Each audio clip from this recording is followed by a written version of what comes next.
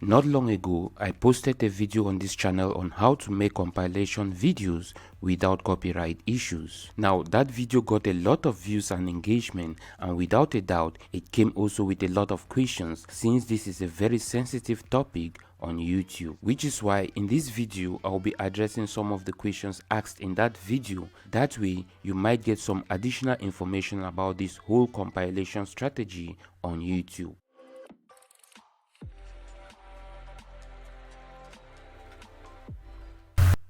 Hi there, I'm Winston the Solopreneur Warrior, and in this video we are going to be looking at some of the burning questions on how to make compilation videos without getting any strike from YouTube. But before we get into all that, if this is your first time to this channel and you're interested in growing your channel, driving traffic to your videos while making money on the site as an affiliate marketer, make sure to hit that subscribe button and let's get started. So let me start by running you through what I shared in the video in question before we get into the question and answer session, which will help clear out some of the doubts and confusing areas.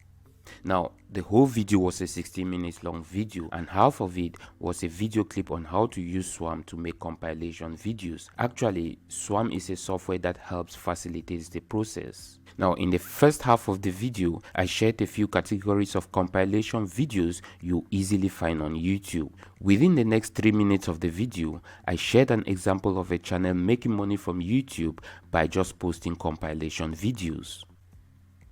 Now, in the next part of the video, I stress the fact that there is always a risk when it comes to compilation videos because, for a start, the video is not yours, and that means you don't have any claims over the videos you use to make your compilation video, which is why when making a compilation video, you have to be very careful. Now, from my observation, the next part of the video is what generated a good number of questions.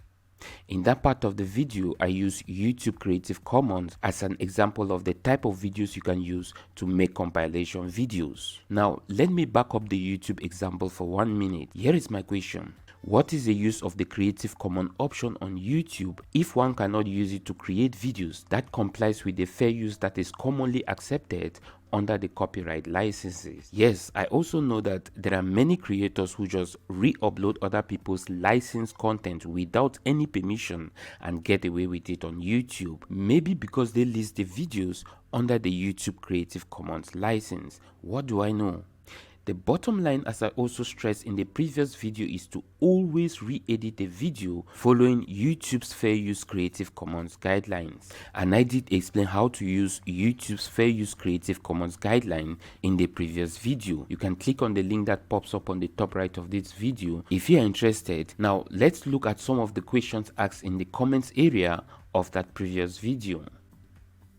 Vintage Film Association, for example, asked the question, aren't compilation demonetized often? Well, you are right, Vintage Film Association. Compilation videos often get demonetized because the creators don't take the time to do it right. They don't follow the basic rules of the game.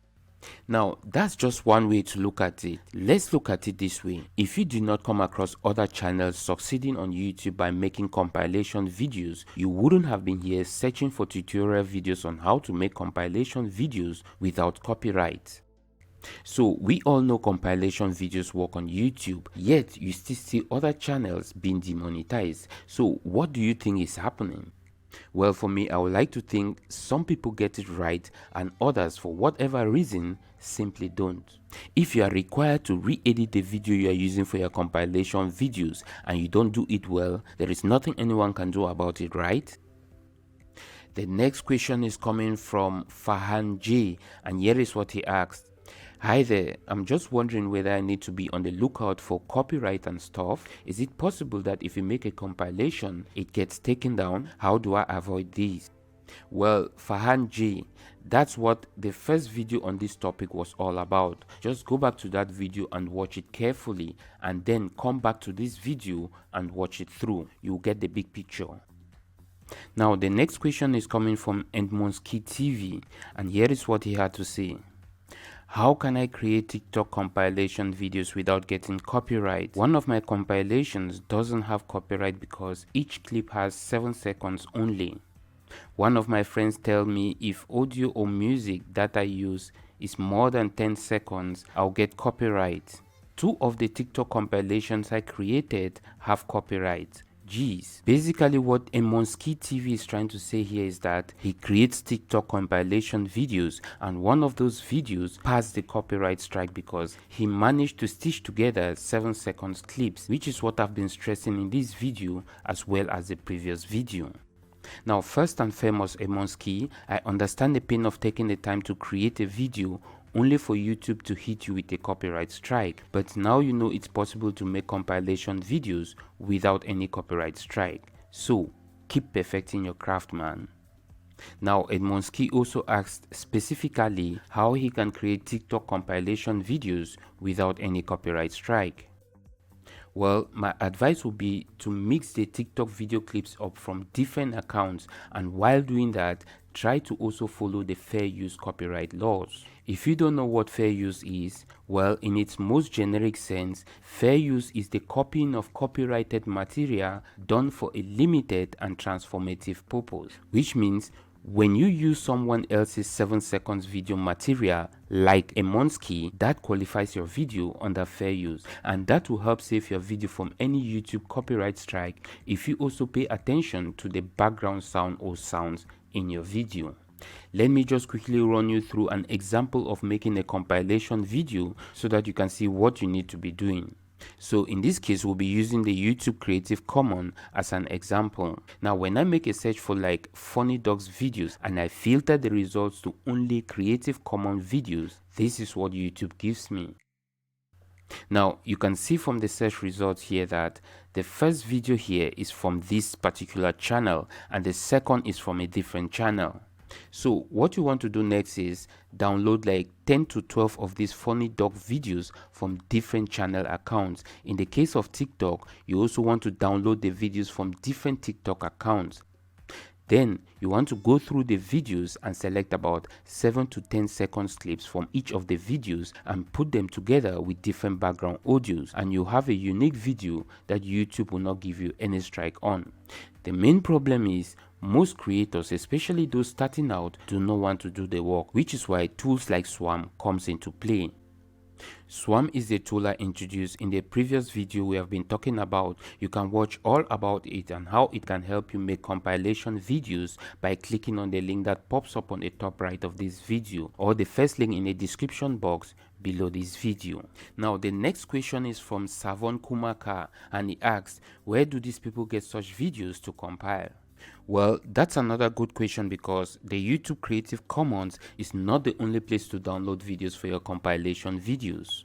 Take TikTok or Twitter for example. It's another platform you can use to download videos to use. So if I make a search for funny dogs videos on Twitter for example and select the video tab here, as you can see, there are many videos to download and use. Again, you just want to make sure that each video you download to use is from an entirely different account. Now, to download a Twitter video, simply click on the tweet and copy the video link, and then head over to the site called savetweetvid.com.